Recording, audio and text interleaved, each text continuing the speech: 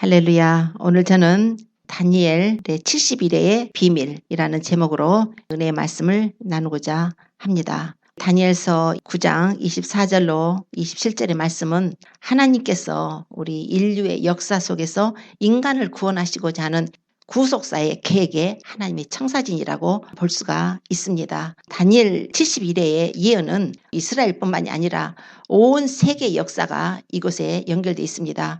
이제 우리 주님의 재림의 때가 가깝고 주님이 재림을 하시게 된다고 이제 하는 것을 우리가 알기 때문에 그러면 이게 어떻게 세상 역사가 되어가는 것인가? 우리는 다른 사람이 말을 통해서 듣는 것보다 사실은 이 성경을 통해서 하나님께서 성경을 통해서 우리에게 이미 다 예언을 해주셨습니다. 말씀을 주신 것입니다. 그래서 성경을 알지 못하면 잘못하면 미혹될 수도 있고 잘못된 사상을 투입받을 수도 있고, 그래서 우리는 성경을 통해서 하나님께서 분명히 그 종 선지자들에게 말씀하지 않고는 하나님이 행하심이 없다고 하셨기 때문에 하나님께서는 그 종 선지자들에게 이미 인간 세계 역사 속에서 인간을 구속하시겠다는 그 계획을, 그 플랜을 다 짜놓으시고 보여주신 것이 오늘 이 다니엘서에 나오는 70일의 언약입니다. 이 다니엘이 이 언약을 받게 된 것은 다니엘이 바벨론의 포로로 끌려갔을 때였습니다. 다니엘은 남유다 사람입니다. 그런데 북이스라엘은 BC 722년에 아수르에 의해서 멸망을 당해버렸습니다. 그걸 보고서도 형제국가된 남쪽 유다도 뒤에서 떠나야 되는데 하나님의 징계를 받고 아수르에 의해서 북이스라엘이 형제국가가 멸망을 당했는데도 여전히 죄 가운데서 우상 숭배하고 죄악을 행하다가 하나님의 진노를 사게 된 것입니다. 그래서 이제 결국은 바벨론이라는 나라를 통해서 남쪽 유다를 하나님께서 진노의 매를 때리게 되셨는데, 그 남유다가 이제 멸망을 당하게 되는데 바벨론에 먼저 포로로 끌려가는 사건이 생겼는데 3차로 포로를 끌어가게 됩니다. 그래서 1차는 BC 605년에 이제 포로로 끌려갈 때 다니엘이라든가 사드락과 메삭 아벳느고, 우리 유명하죠. 그분들이 이제 끌려갔습니다. 그래서 다니엘 같은 경우는 왕의 환관으로 교육을 받아서 환관이 되게 되고, 귀족들 그중에서도 아주 아름다운 청년들 그냥 다 환관, 왕의 내시로다가 그런 비극을 당하게 됩니다. 그리고 2차로 끌려갈 때가 BC 597년인데 그때는 또 유명한 선지자 에스겔이 또 함께 끌려갑니다. 그래서 에스겔서는 2차 바벨론 포로에 에스겔이 이제 등장을 하게 되는 것이고, 이제 3차에 가서 BC 586년에 완전히 그 남쪽 유다의 나라는 예루살렘이 파괴되고 성전이 파괴되는, 그래서 이스라엘이라는 국가가 없어져 버렸습니다. 남쪽 유다가 이제 없어져 버린 거예요. 바벨론으로 다 포로를 끌려갔습니다. 그런데 바벨론에 이미 에스겔은 이제 선지자로 부름받아서 활동을 하고 있었고, 또 다니엘은 하나님으로부터 얼마나 또 지혜를 받아서 그 영적인 통찰력, 하나님과 영적으로 교통하는 영성이 아주 뛰어난 그런 믿음의 사람이지 않았습니까? 그래서 다니엘이 있었고, 또 그때 멸망당하기 전에 예레미야라는 선지자가 남쪽 유다에 활동을 하고 있습니다. 자, 이렇게 이제 다니엘이 먼저 1차 포로, 2차 포로로 에스겔, 그리고 아직 고향 땅에는 예레미야가 남아 있어요. 그리고서 이제 세월이 가는 중에 예레미야에게 하나님께서 예언을 해 주십니다. 하나님께서 보이신 것이 지금 네 민족이 바벨론으로 포로로 끌려갔지만 70년이면은 다시 이 땅으로 돌아올 것이라는 그런 예언을 해 주십니다. 그래서 그 예언서를 바벨론으로 보냈어요. 사람을 통해서 보내서 그 서책이 다니엘에게까지 들어간 것입니다. 다니엘이 그 당시에 느부갓네살 때에 느부갓네살이 금신상의 꿈을 꾸죠. 그래서 금신상의 꿈을 꾸는데 꿈조차도 기억을 못하고 있을 때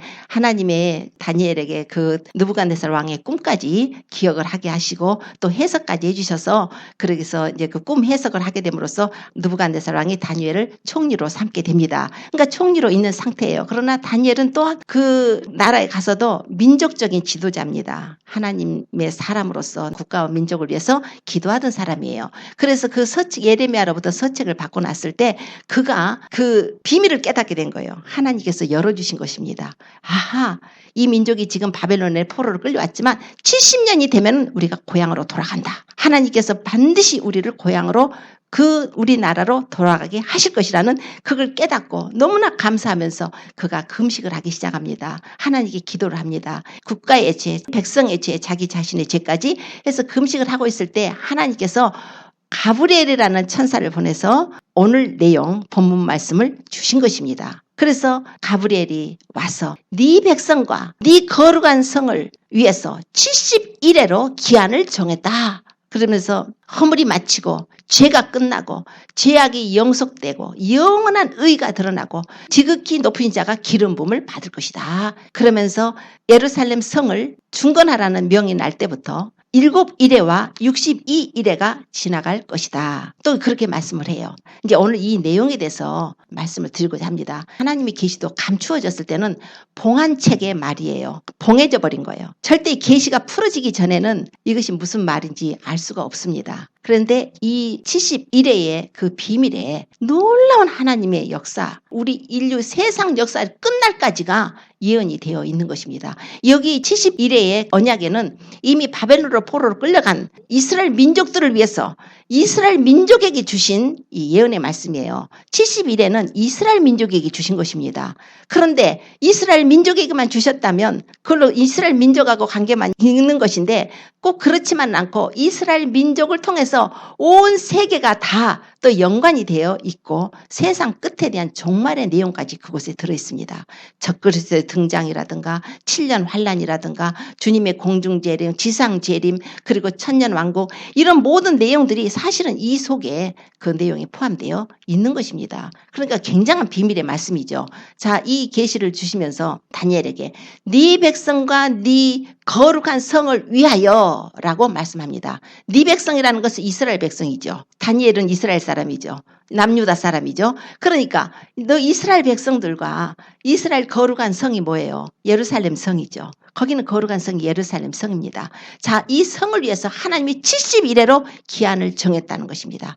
그런데 그 기한이 정할 때 보면은 이제 허물이 맞춰진대요. 죄악이 끝나고 죄악이 영원히 속죄되고 영원한 의가 드러나고 이상과 예언이 이제 다 응할 것이고 지극히 거룩한 자가 기름 부음을 받을 것이다. 이제 허물이 다 없어진다는 거예요. 이스라엘 백성들의 허물이 다 용서받아 버린다는 거예요.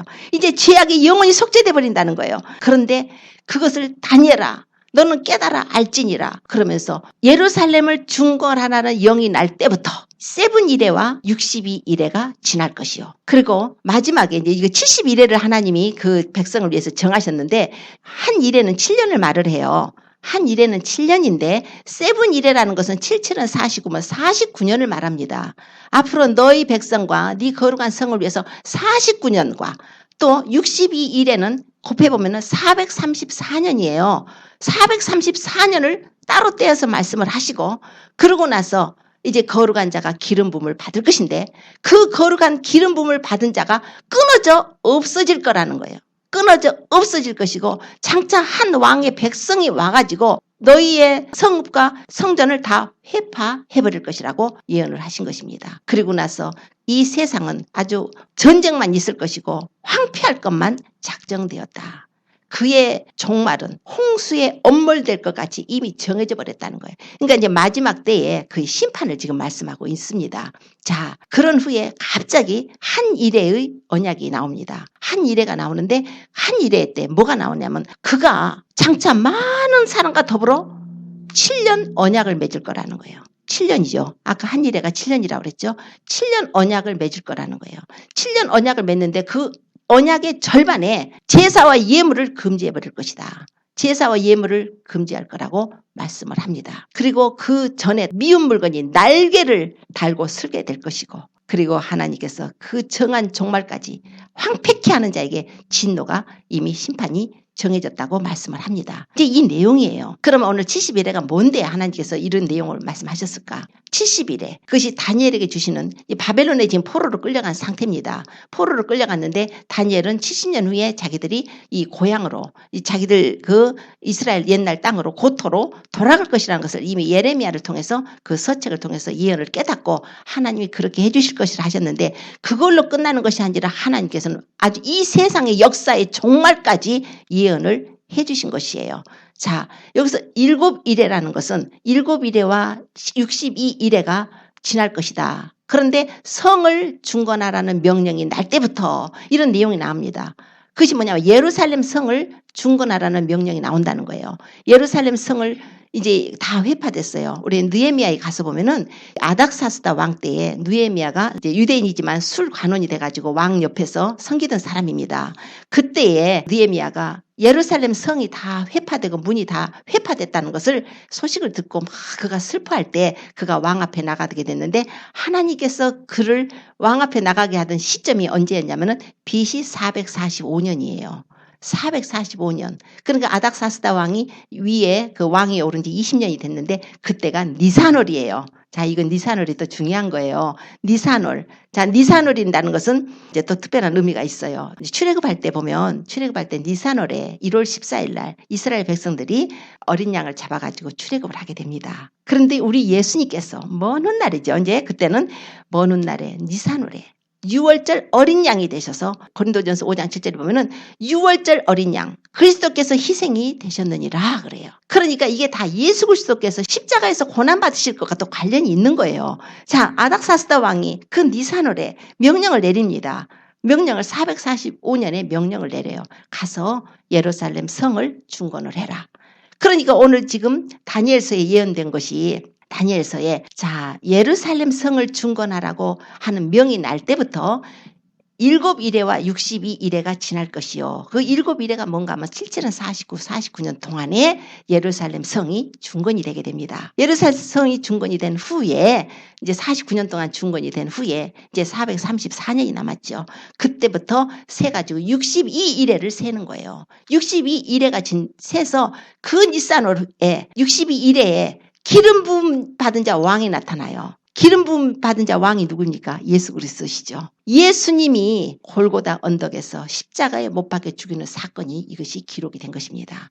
예수님이 그때 나오시는데 예수님께서 기가 막히게 6월절 어린 양이 되셔서 그 예언대로 그 날에 6월절 날에 예수님께서 십자가에 못 박아서 죽임당하시는 그 사건이 여기에 기록이 되고 있습니다. 그러니까 기름 부은 자 한 왕이 나타나는데 그 후에 기름 부은 자가 끊어져 없어질 것이라고 하는데 그래서 끊어져 없어진다는 것은 바로 예수님이 십자가의 고난을 받으신다는 거예요. 그리고 나서 장차 한 왕이 백성이 와가지고 네 성읍과 성소를 회파해버릴 것이라고 예언이 되어 있는데 그것은 바로 AD 70년에 예수님께서 고난받으시고 죽으시고 승천하신 후에 그 후로 AD 70년에 로마의 디도 장군이 와가지고 예루살렘 성을 완전히 함락시켜버립니다. 그때 막 반란도 일어나고 막 하니까 와서 예루살렘을 완전히 회파시키고 모든 백성들을 죽이는데 1.1 밀리언이 그때 죽임을 당했어요. 상상을 해보십시오. 1.1 밀리언이 우리는 남 얘기 듣듯이 생각을 하지만 1.1 밀리언을 다 죽여버렸다니까요. 이스라엘 백성들을. 예수님이 당시에 살았던 사람들을 다 죽여버렸어요. 로마의 디도 장군이 와서. 그러고 나서 98,000명 정도는 포로로 끌려가게 됩니다. 이제 이런 사건이에요. 그런 속에 그 종말은 홍수에 엄몰될 것 같을 것이다. 이제 심판이 정해진 거예요. 종말이 정해졌어요. 그 로마의 왕의 백성이었던 로마의 디도 장군이 와서 이렇게 예루살렘 성을 다 치고 성전을 무너뜨리고 그 일이 있었어요. 우리 예수님께서 계셨을 때에 예루살렘 성전이 너무나 아름답게 지어졌었어요. 그때 바벨론 포로로 갔다 온 다음에 수르바벨 때 성전을 짓게 되는데 성전을 짓는데 그때는 참 초라하고 그렇게 사이즈도 작았는데 그 수르바벨 성전을 헤롯 왕이 왕이 된 후에 유대인들의 환심을 사려고 46년 동안 개축을 한 거예요. 그래서 막 돌도 아름다운 돌도 갖다 막 쌓아놓고 아주 아름다운 문도 만들어 놓고 그래서 미문이라고 해놓고 뷰티풀 게이트예요. 이렇게 해서 다 해놓으니까 제자들이 너무나 자랑스러운 거예요. 성전이 너무 멋지게 서져가지고 주님 저 돌 좀 보세요. 이 성전 좀 보세요 할 때 주님께서 너희가 이것을 보느냐 때가 되면은 돌 위에 돌 하나도 남지 않고 다 무너뜨려질 것이라고 말씀을 하셨습니다. 예수님이 벌써 그거에 대해서 말씀을 하셨어요. 이 성전이 아무리 아름답게 지어졌을지라도 이제 때가 되면은 이 성전이 돌 위에 돌 하나 남지 않게 다 무너져 버릴 거라는 거예요. 그것이 AD 70년에 그 이루어진 것입니다. 다니엘서에서 예언된 그것이 기름 부음 받은 자가 끊어질 것인데 한 왕의 백성이 와서 그 성읍과 성소를 회파할 것인데 그 사건이 이루어진 거예요. 그러기 전에 예수님께서 또 계실 동안에 예루살렘에서 계시면서 그 예루살렘 성전을 보고 주님이 그러셨습니다. 예루살렘아 예루살렘아 선지자들을 죽이고 네게 파송된 자를 돌로 치는 자여 암탉이 그 새끼를 자기 날개 아래 품은같이 내가 네 자녀를 모으리함이 몇 번이냐. 그러나 너희가 원치 아니었도다. 보라, 너희가 버림받아 황폐할 것이라고 말씀했어요. 주님이 예언을 미리 하신 것입니다. 그러고 나서 정말 몇십 년 후에 AD 70년에 실제로 그 일이 일어난 것입니다. 예루살렘 성문이 다 회파되고 예루살렘 성이 파괴되고 성전이 파괴되고 그러고 나서 끝까지 전쟁만 있고 황폐할 것이 작정되었다. 이런 내용만 있고 한 일의 얘기가 안 나옵니다. 이미 하나님께서 다니엘에게 네 백성과 네 거룩한 성을 위해서 71회로 기한을 정했다 그러셨는데 벌써 69일회를 다 사용했지 않습니까? 7일회와 62일회가 다 지났어요. 예언이 다 성취가 됐습니다. 한 일회가 남은 거예요. 지금 한 일회가 안 이루어졌지 않습니까? 지금 이 약속은 이스라엘 백성에게 주신 약속이에요. 이스라엘 백성이 주신 약속인데 아직 한 일회가 안 이루어졌는데 그 한 일회가 7년이죠. 그 7년이 앞으로 이루어지게 되면 세상 역사가 끝이 나는 거예요. 종말의 때가 바로 그때라는 것입니다. 다니엘에게 예언을 하셨기 때문에 이스라엘 백성들은 그 한 일회가 이루어지면 다 종말이 온다는 걸 알고 있어요. 그러면 그 사이에 AD 70년에 예루살렘 성이 파괴되고 성전이 파괴됐는데 그때부터 지금까지 한 일회가 안 이루어지고 아주 끝까지 전쟁만 있고 황폐할 것이 작정되었다. 이렇게만 하고 있는 시대가 바로 우리가 살고 있는 이 시대예요. 머지않아 한 일회가 오게 됩니다. 그러면 그 중간의 시대가 무엇인가? 바로 교회 시대예요. 하나님께서 이스라엘 백성들을 심판해서 그 모든 사람들 죽임당하고 진노의 심판을 받게 되지 않습니까? 하나님의 독생자를 죽인 죄잖아요. 하나님의 독생자를 십자가에 못 박으면서 이 죄를 우리와 우리 자손에게 돌리라 그랬지 않습니까? 그런 상태에서 하나님께서 69일회로 끝나게 하시고 하나님께서 그동안에 어디로 얼굴을 향하셨는가? 바로 우리 이방인들에게 얼굴을 향하신 시간이에요. 그 얼굴을 향하신 시간이 지금으로부터 거의 2000년의 시간이 얼마나 놀랍습니까? 지금 그런 시간이 열려 있는 거예요. 이게 바로 은혜의 시간이고 구원의 시간입니다. 그래서 고린도 후서의 6장의 1절로 2절에 바울 사도가 그래요. 내가 너희들에게 말한다. 나는 하나님과 함께 일하는 자로서 내가 너희들에게 말하지만 하나님의 은혜를 헛되이 받지 말라. 하나님이 은혜 베풀 때 너를 듣고 구원의 날에 너를 도왔다 하셨으니까 보라 지금은 은혜 받을 만한 때요. 보라 지금은 구원의 날이로다. 우리 이방인들에게 주신 은혜의 시간입니다. 하나님께서 지금 우리 이방인들이 구원을 못 받으면 이제 한 일회가 닥치면 그것은 바로 교회 시대가 끝나면 그때는 하나님의 얼굴이 이스라엘로 가는 거예요. 이제 그 교회 시대가 끝나는 것이 바로 한 일회가 시작될 때 하나님이 성령을 보내서 예수 그리스도 십자가에 죽으심과 부활 그리고 예수님이 성령을 보내주셔서 성령께서 교회를 세우시고 2000년 가까운 세월 동안에 놀랍도록 많은 영혼들이 예수 그리스도를 믿음으로 구원을 받는 은혜의 문을 열어주셨고 이제 교회 시대가 딱 끝나면 이제 교회가 어떻게 됩니까? 교회는 이 지상에서 사라지는 거예요. 그래서 계시록에 보면은 19장까지 교회 얘기가 안 나온단 말입니다. 없어요. 요한계시록의 4장에 사도 요한에게 이리로 올라오라 하고 나서 이제 교회의 대표죠. 예수 그리스도의 제자들 중에 마지막 사도였던 요한이 올라가는 그 뜻을 통해서 이게 바로 교회가 휴거되는 모양으로 이렇게 보고 있습니다. 그래서 교회가 이제 한 일회가 되면 교회가 들림받아서 주님하고 공중에서 혼인잔치에 들어가게 되는 것입니다. 물론 그때 교회로서 하나님 앞에 적합하지 않게 역임을 받은 사람들은 남게 될 것입니다. 그럼 그 남은 사람들은 이 땅에서 한 일회 그 한 일에는 바로 야곱의 환란의 때예요. 하나님께서 이스라엘 백성들을 구원하시기 위한 그 기간입니다. 이스라엘 백성들이 너무나 완악해서 예수님을 안 믿으니까 이제 그때 한 일회 동안에 하나님께서 그들이 환란 가운데서 하나님을 알게 하시고 예수 그리스도를 믿게 해서 그들이 구원받아서 온 민족이 구원을 받게 되는 것입니다. 그래서 로마서 11장 25절에 가보면은 형제들아 내가 너희들에게 비밀을 말하겠다. 너희들이 이 비밀을 모르기를 원치 않는다. 이방인의 충만한 수가 차기까지는 이스라엘이 더러는 완악해졌지만 그리하여 그 후에는 온 이스라엘이 구원을 받을 것이다. 이방인의 충만한 수, 바로 이방인을 구원하시고자 하시는 하나님의 은혜의 시간을 그 시간 동안에 하나님이 어떤 숫자만큼 하나님이 됐다. 이제 이방인들 이만하면 구원됐어. 자 이제 스탑 하고 이스라엘로다가 얼굴을 돌리는 기간이 한 일의 기간이라는 것입니다. 그래서 한 일회예요. 한 일회가 이제 남았는데 한 일회에 그럼 무슨 일이 일어나는가? 우리는 성경을 통해서 우리가 또 알아야 돼요. 한 일회가 되면 오늘 보니까 적그리스도가 등장을 해요. 그가 장차 많은 사람과 더불어서 한 일의 언약을 맺는답니다. 7년 평화제약이 맺어지게 될 것입니다. 7년 평화제약이 맺어질 때에 누구하고 맺느냐 하면 이스라엘과 또 중동의 그 아랍 국가들과의 언약을 맺는데 그때 적그리스도가 등장해서 그가 맺게 되는 거예요. 적그리스도가 왜 등장하느냐? 바로 예수 그리스도께서 교회를 데려가시고 난 후에는 이 세상에는 말로 할 수 없는 환난의 시간이 옵니다. 그러지 않겠습니까? 예수 믿는 사람들만 이렇게 공중으로 일하다 말고 올라가 버렸다 하더라도 그 사람만 올라갔다 하더라도 얼마나 이 세상에 혼란이 오겠습니까? 그러나 그때는 환난이에요. 재앙이에요. 하나님께서 엄청난 재난을 이 땅에 내리시기 때문에 아주 이를 상상할 수 없는 세상에 있어온 이후로 이런 환난이 없다. 예레미야에서 30장 7절에는 슬프다. 이것은 야곱의 환난의 때라고 말씀을 해요. 다른 어떤 때보다도 비할 바 없이 큰 환난의 때라고. 그러나 이스라엘은 거기에서 구원함을 얻을 것이라고 또한 예언을 하고 있습니다.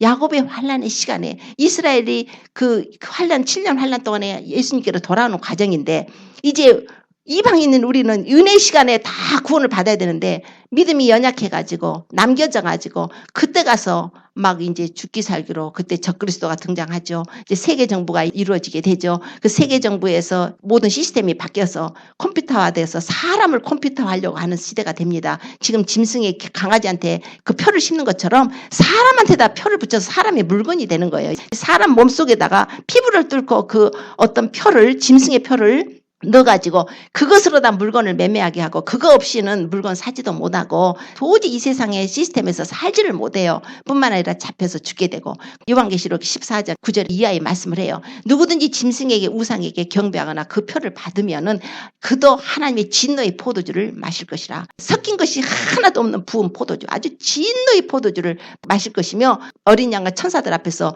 불과 유황으로 그 고난을 받을 때 그 고난의 연기가 세세토록 올라갈 것이다. 절대로 그거 받으면 안 된다는 이제 그 내용이 이제 나와 있는 것입니다. 지금 이 때가 우리가 살고 있는 때는 이런 모든 성경에서 말씀하고 있는 그런 내용들이 다 등장을 하고 있습니다. 지금 요한계시록에도 2000년 전에 사도 요한이 그걸 썼을 때 그 사람이 어떻게 알았겠어요? 이렇게 컴퓨터가 발달해가지고 정말 사람 몸에다가 칩을 넣는 시대가 올 줄 누가 알았겠습니까? 그런데 그렇게 다 보고 한 거예요.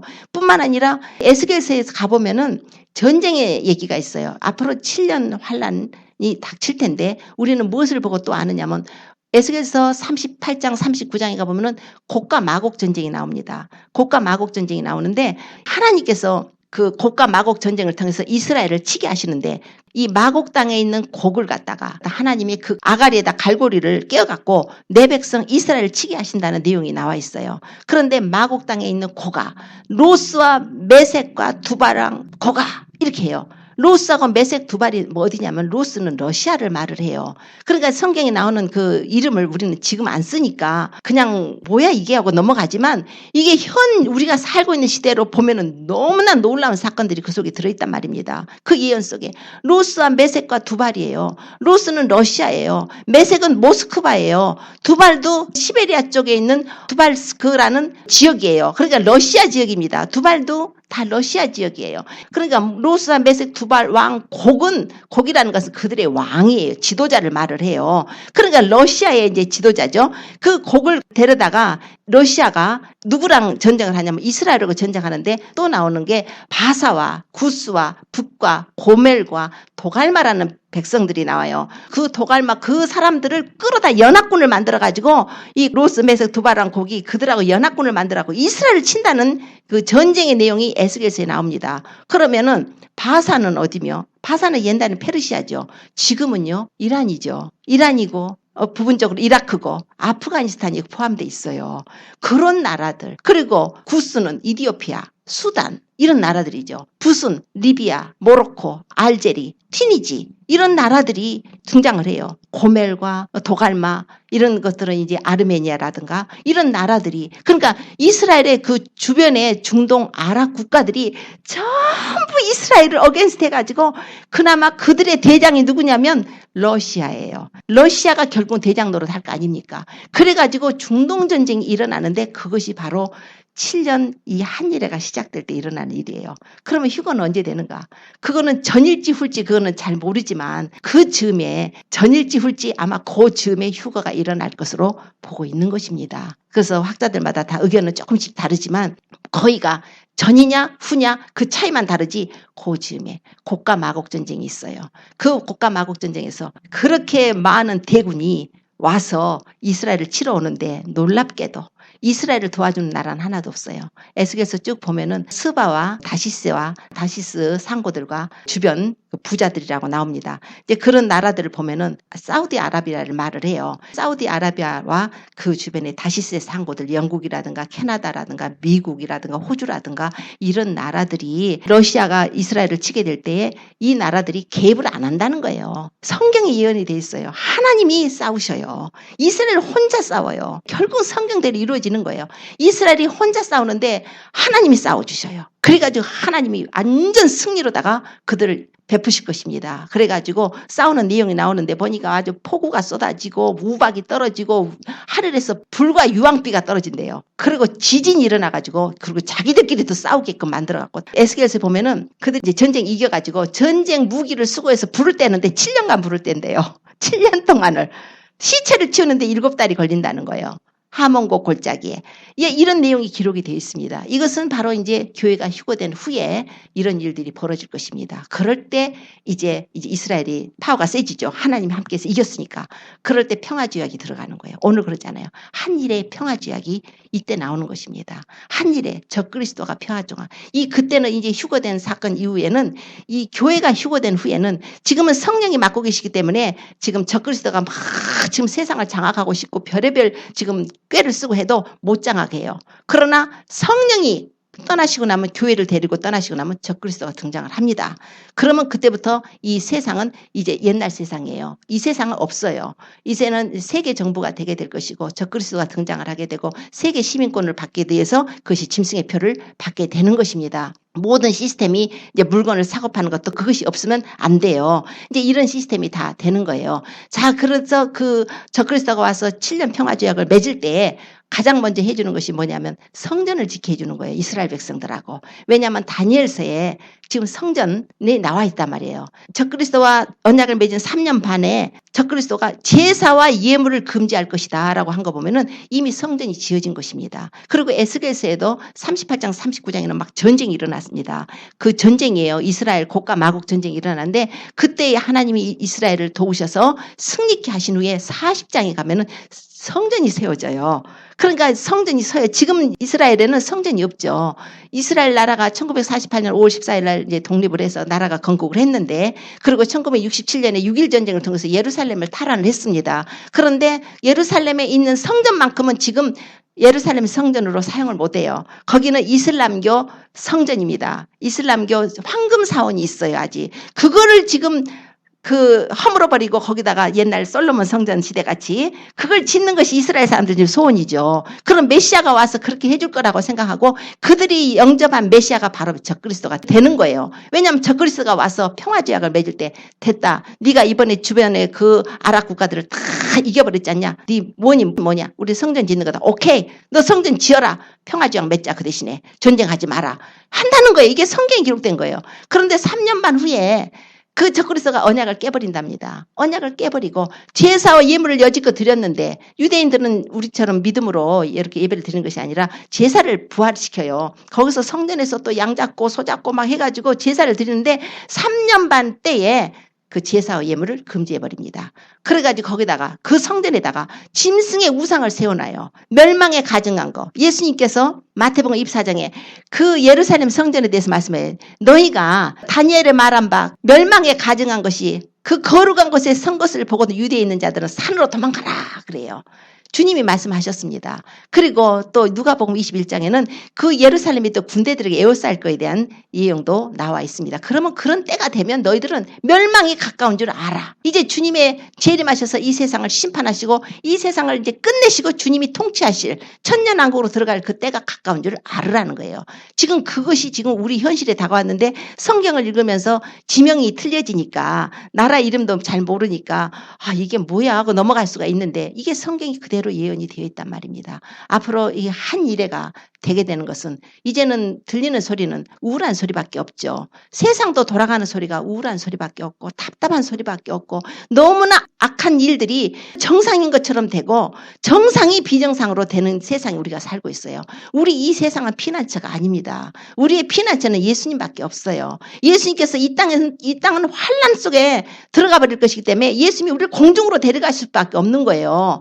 왜 공중에서 주님이 우리를 데려가요? 이 땅에는 환난을 당하기 때문에 이 땅에 어느 곳도 피할 수가 없기 때문에 하나님께서 우리를 주의 신부들을 주님의 교회들을 공중으로 데리고 올라가시는 것입니다. 그곳에서 7년 이 환난 동안에 우리는 7년 동안 혼인잔치를 하는 거예요. 이게 성경적입니다. 그래서 우리는 주님이 7년 환난 전에 오신다는 것을 믿고 있는 거예요. 이렇게 믿는다면 우리가 정말 이렇게 미지근하게 살면 안 되죠.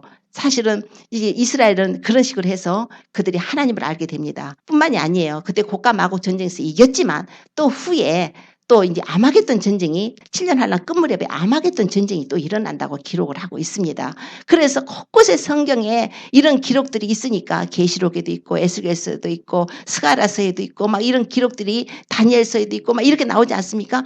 그래서 나중에는 아마겟돈 전쟁이 일어나는 것은 세계 3차 대전이 일어나는 거예요. 나라들마다 얼마나 핵무기들을 만들어 가지고 자기들 파워, 그 군대의 파워를 쓰기 위해서는 핵무기들을 쓰는 시대가 됐으니까 사실은 자멸하는 거예요. 인간들이 자기들이 만들어 놓은 핵무기에. 그래가지고서 3차 대전이 일어나게 되는데 그 지금 유프라테 그쪽으로 다 모여서 무기또에서 모여서 아마겟돈 전쟁이 7년 환난 기간 중에 끝에 거의 주님이 오시기 전에 자기들끼리 세상 왕들이 모여서 예루살렘을 칩니다. 예루살렘을 자기들이 점령하기 위해서. 그럴 때 이스라엘이 도저히 견디기 힘들 때 하나님이 개입하셔서 3차 대전이 일어났을 때도 주님이 싸워주셔서 대승리를 하고 이스라엘은 이제 3년 반 됐을 때 적그리스도가 이제 막 우상에게 절하라고 할 거 아닙니까? 막 멸망에 가증한 거 쓸 때. 그럴 때 이스라엘 사람들은 막 다 죽이게 될 것입니다. 그래서 주님께서 너희들 유대에 있는 자들은 멸망에 가증한 것이 거룩한 곳에 쓴 것을 보거든 유대에 있는 자는 산으로 도망가라. 지붕에 있는 자는 물건 가지러 내려가지 말고 밭에 있는 자는 겉옷 가지러 뒤로 돌이키지 말고 도망가라는 거예요. 그때 어린애들 애기 뵌 자고 어린아이들 있는 자들 화했을진저 막 이러지 않습니까? 주님께서 그런 환난의 때에 하나님께서 그럼 이스라엘 민족들을 다 죽이시느냐? 절대 그렇지 않아요. 주님께서 1260일 동안을 그들을 독수리 2날개로 광야로다가 피신시켜서 그 백성들을 구원하실 자들을 구원하신다는 약속이 또 있습니다. 그래서 하나님이 이스라엘의 하나님으로 그러니까 마지막 때 그들이 그걸 보고서 그들이 예수님이 재림하시는 그걸 보고 바로 우리가 섬기는 하나님이 예수님이었는데 우리의 메시아가 예수님이었는데 우리는 적그리스도가 그것이 메시아인 줄 알고 우리가 이랬구나 하고 자신들이 그 예수님의 재림을 바라보면서 찌른바 그를 바라보고 독자를 위해서 애통하듯이 장자를 위해서 통곡하듯이 그들이 애통하면서 주님을 그리스도로 받아들이는 그 사건이 나옵니다. 그러면서 이스라엘 민족들이 구원을 받게 돼요. 그러니까 이방 국가에 있는 우리는 지금 우리 것도 굉장히 중요하지 않습니까? 근데 우리가 떠나고 난 다음에 이제 이스라엘 그런 일들이 벌어질 것이고 그러나 그 즈음에 지금 우리가 볼 수 있는 것은 지금 이스라엘과 평화지역 맺으려고 얼마나 애를 씁니까? 그게 7년 평화지역이 될 거예요. 그 7년 평화지역을 맺었다는 걸 보고 있으면 남겨진 것이라고 생각할지도 몰라요. 우리가 보면 안 되죠. 주님이 데리고 가셔야죠. 우리를. 그렇게 되면 적그리스도가 등장을 하니까 얼마나 지금 그런 우리가 성경을 보면서 지금 정치나 이런 모든 걸 보면 종교나 이런 경제통합, 종교통합, 경제통합, 이제 정치통합 이런 모든 것들이 이제 세계 정부로 들어가는 것이고 결국은 주님이 오실 때가 가깝다는 것입니다. 그러면 우리는 그런 걸 보고서 아이고 그럼 어떡하냐 그럴 것이 아니라 우리는 그 사실을 알므로써 우리는 준비를 해야 됩니다. 우리의 신랑 되신 예수님은 우리를 사랑하셔서 십자가에 그분은 고난을 받으셔서 보배 필려서 그분의 피로다가 우리를 핏부림주셔서 사셨어요. 우리는 하나님의 것입니다. 우리가 그걸 안다면 우리는 신랑을 기다려야 되죠. 그분은 우리 이런 환난의 세상에 있을 것을 아시기 때문에 환난을 당하기 전에 신부를 데리러 오시는 사건이 공중강림입니다. 예수님께서 공중에 먼저 오셔서 데살로니가전서 4장 16절로 17절에 주께서 호령과 천사장의 소리로 하나님의 나팔로 하늘을 쫓아 친히 강림하시리니 그리스도 안에 죽은 자들이 먼저 일어나고 그 후에 우리 살아나는 자들도 저희와 함께 구름 속으로 끌어올려서 공중에서 주를 영접하게 하시리니 그리하여 우리가 항상 주와 함께 있으리라. 이게 바로 우리 소망의 메시지예요. 주님이 우리를 데려가셔야 됩니다. 우리는 기름등불 예비하고 우리는 기름을 축적해야 돼요. 주님이 언제 오시려나. 우리 주님이 안 오시니까 세상이 끝나는 게 어딨어. 종말이 어딨어. 주의 재림이 어딨어. 저것들은 극단적인 종말론자들이야. 그거는 어리석은 사람이에요. 노아의 때와 같고 롯의 때와 같다고 하셨습니다. 노아의 때도 사람들이 안 믿었어요. 롯의 때 롯의 그 사이들 보십시오. 농담한 줄 알았다는 거예요. 지금 농담으로 여기고 그걸 안 믿는 자들은 남게 되는 것입니다. 이 세상의 환란에 남겨지게 됩니다. 우리가 외칠 수 있는 것은 이 자리에서 제가 외칠 수 있는 것은 환란에 남겨지지 않을 찬스가 우리에게 아직 남아있다는 거예요. 지금 예수님을 안 믿는 사람들은 돌아와야 됩니다. 회개하고 돌아와야 돼요. 믿지 않는 형제 자매들 부모 믿지 않는 이웃들 빨리빨리 회개하고 예수님께 돌아와야 됩니다. 이 세상에서 남겨지게 되면 엄청난 환란이 있습니다. 엄청난 환란에 죽지 않으면 목베어서 순교당하거나 굶어 죽거나 어떤 다르게 죽지 않으면 도저히 구원을 받을 수 없는 시대가 옵니다. 지금 눈에 안 왔으니까 그렇게 생각할지 몰라도 오늘 밤에 휴거가 일어난다면 내일부터 그런 세상이 온다는 거예요. 그러니 남겨지면은 그때는 찬스가 없잖아요. 죽어야만 구원을 받는다는 거예요. 그러니 우리가 그걸 알다면 지금 어서 우리 자녀들, 우리 가족들, 형제들, 이웃들, 국가, 민족들 지금 마귀는 할 수만 있으면 아주 막 주의종들을 막 미혹시켜서 통째로다가 교회들이 큰 교회들이 전혀 예수님의 재림에 대해서 알지도 못하고 이 베리칩에 대해서 알지도 못하고 세상의 종말에 대해서 알지도 못하고 휴거에 대해서 알지도 못하고 극단적인 종말론자들이라고 손가락질하면서 지내는 조롱하고 있다가 세상과 함께 침몰하는 것입니다. 이 세상은 하나님께서 하늘은 불에 타서 없어질 것이며 땅은 체질의 그 불에 녹아버린다고 그랬어요. 너희는 이걸 범으로써 너희가 지금 마땅히 거룩한 행실과 경건함으로 하나님의 날이 임하기를 바라보고 간절히 삼아라고 하셨어요. 주님께서는 말씀을 하셨습니다. 하나님의 날이 임하기를 바라보고 간절히 삼아라는 거예요. 마땅히 거룩한 행실을 가지라는 거예요. 마땅히 경건하라고 말씀을 하십니다. 이제는 깨어 있어야 되고 이제는 더 주님과의 관계를 맺어야 되고 더 말씀과 기도로 거룩해지니까 말씀으로 주님과 교통하고 기도로 교통하고 이제 영혼들을 위해서 기도하고 서로 용서를 해야 됩니다. 용서할 자 용서하고 화해할 자 화해하고 모든 사람과 더불어 화평함과 거룩함을 조치라. 이것이 없이는 아무도 주를 보지 못한다 그랬으니까 한 사람도 내 마음에 껄끄러운 사람 없이 다 풀어야 돼요. 내 마음에 혹시 서운한 사람이 있었으면 다 용서해서 내 마음의 감옥에서 다 내보내십시오. 축복해서 내보내십시오. 내 마음에 예수님으로 채워야 돼요. 세상 것으로 하나라도 채우지 말고 하나도 죄가 우리 예수님 앞에 갔을 때 발견되지 않도록 항상 보혈로 씻으십시오. 항상 보혈로 씻고 주변과도 화목하고 영혼들 위해서 기도하고 말 같은 거 함부로 하지 말고 이제 입술도 조심하고 서로 사랑하고 화하고 정말 사랑한 모든 죄를 덮는다고 그랬어요. 이제 그렇게 우리가 세상 떠날 사람처럼 내 삶에 열심히 충실하게 살지만 나의 삶을 통해서도 세상에게 빛이 돼서 보여져야 되겠고 또한 그렇다고 세상에 안주하지 말고 떠날 사람처럼 그날에는 두 사람이 밭에 있다. 한 사람은 데려감을 당하고 한 사람은 남겨둠을 당한대요. 그날에는 두 여자가 매를 갈고 있다가 한 사람은 데려감을 당하고 한 사람은 버려둠을 당한대요. 야, 데려감을 당해야 될 거 아니에요. 랩처가 돼야 되는 거예요. 그런 그 그리스도의 신부로서 우리가 올라가야 되는 거예요. 세상 일에 너무 힘들다고 너무 슬퍼하거나 낙심하지 마십시오. 주님을 의지하십시오. 주님께서는 우리의 처지 형편을 다 아십니다. 우리가 기도함으로써 그분을 더 신뢰하고 그분의 뜻을 헤아리고 기도함으로써 기다리십시오. 더 주님께 시간을 드리고 더 주님과의 깊은 관계를 맺으십시오. 주님하고 영적인 교통을 하셔야 됩니다. 주님이 신랑이시면 주님과 사랑의 관계를 회복해야 되는 거예요. 이제 한 일에 이 내용 중에 너무나 내용이 방대하니까 이 짧은 시간에 그걸 다 조목조목이 해드릴 수는 없지만 나중에 아마겟돈 전쟁까지가 해서 세상이 끝이고 그런 후에 예루살렘 성 동편 감람산에 그의 발이 서실 것이라고 그랬어요. 그날에 큰 지진이 일어날 것이고 그때 거룩한 자들과 함께 하신다는 메시지가 있습니다. 주님이 재림하실 때요. 주의 거룩한 자와 함께 감람산에 임하신다는 거예요. 휴거된 성도들 또 그리스도 안에서 먼저 죽은 자들 다 천국에서 데리고 오셔서 그들이 부활체의 몸을 받아요. 영혼만 오는 거 아니에요. 그 죽은 사람들은 영혼과 부활체의 몸이 결합되고 우리는 살아있는 몸이 부활체의 몸으로 그리스도와 같은 몸으로 변화돼 가지고 주님과 함께 혼인잔치를 다 마치고 이 세상 주님이 다 심판하러 오실 때 우리는 재림할 때 그 거룩한 무리들과 함께 영광에 들어가는 것입니다. 그게 바로 휴거에 들어가는 자는 첫째 부활이요 생명의 부활이에요. 그때 구원받지 못하면 심판의 부활로 나와서 둘째 사망의 심판까지 받게 되는 것입니다. 이제 우리가 이런 내용을 알았으니까 세상 역사는 이루어집니다. 주님께서 말씀하신 것은 1.1획도 다 이루신다고 하셨습니다. 천지가 없어질지라도 주님은 다 이루신다고 그랬어요. 그러므로 이루실 하나님이시기 때문에 그 말씀을 믿는다면 일단 우리 자신이 죄로부터 벗어나고 정결한 삶 살고 기도와 말씀으로 그리고 항상 주님과 관계를 맺고 이제 자신을 낮추십시오.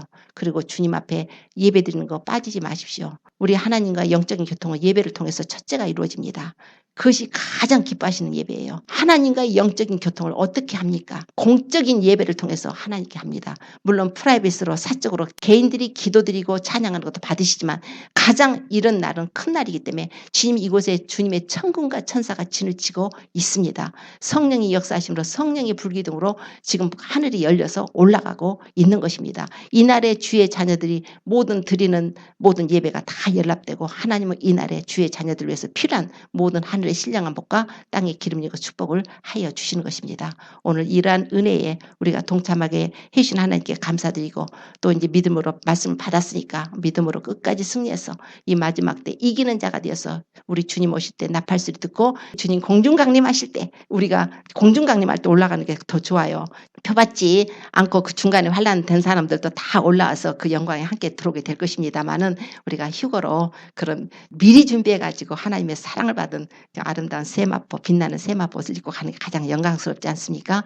그런 영광을 받으시는 저와 여러분 되시기를 예수님으로 축원합니다. 기도드리겠습니다.